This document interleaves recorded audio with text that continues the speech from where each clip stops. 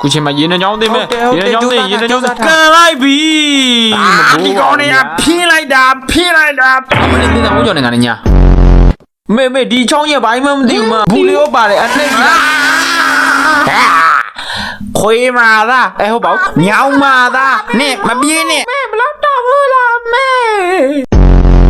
ဘယ်ကောင်လုံးကငါ့ကိုဆိုတော့ချက်ဖတ်နေလူတွေပြောတာရာဆက်ကွာငါမငါဘောင်းမီလေးလာတာထုတ်လို့ဝဲလာပါတယ်ဟိုကောင်လည်းလူတွေပြောတယ်ဒီကောင်လည်းလူတွေပြောတယ်လာထိုးမလားထိုးမယ်မင်းလားကွာရောက်မဟုတ်ဘူးလားမင်းလားကွာရောက်ရေးတဲ့ဇိုးလုံးလို့ဆိုဘောင်းမီရဲ့ကျွတ်နေသေးကွာယောဒီမှာမမအဖြေမပေးလို့မညောင်းစိတ်ညစ်နေပါဆိုနေမှာနာမယ်မေဖင်းလားထောင်ပြနေဒီမှာစိတ်ညစ်နေပါဆိုနေမင်းလားကွာရောက်ကျစ်စင်မသာကြီးစားလို့ပြောတော့ကောမင်းလားမ